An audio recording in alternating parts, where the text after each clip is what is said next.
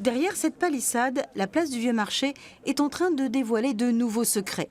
Découverts par hasard il y a moins d'une semaine par des ouvriers de chantier, ces 3 squelettes sont en fait les premiers mis au jour sur une trentaine de sépultures, celles de l'ancien cimetière paroissial Saint-Sauveur, en service du 15e au 18e siècle, un vestige du passé dont on pensait pourtant déjà tout savoir. Donc surprise oui, pourquoi? Parce qu'on pensait que le cimetière Saint-Sauveur avait été entièrement mis au jour lors des fouilles des années 70-72.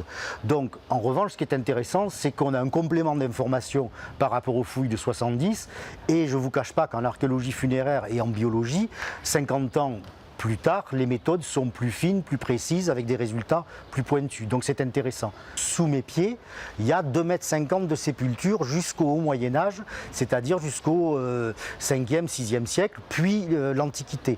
Donc nous, on en fouille 20, mais sous nos pieds, il en reste au moins 2000. Armés de pinceaux et d'outils ultra précis, 5 archéologues-chercheurs se relaient donc sur ces fouilles préventives. Leurs gestes délicats permettent d'exhumer tous les détails des ossements afin d'en savoir plus sur leurs origines.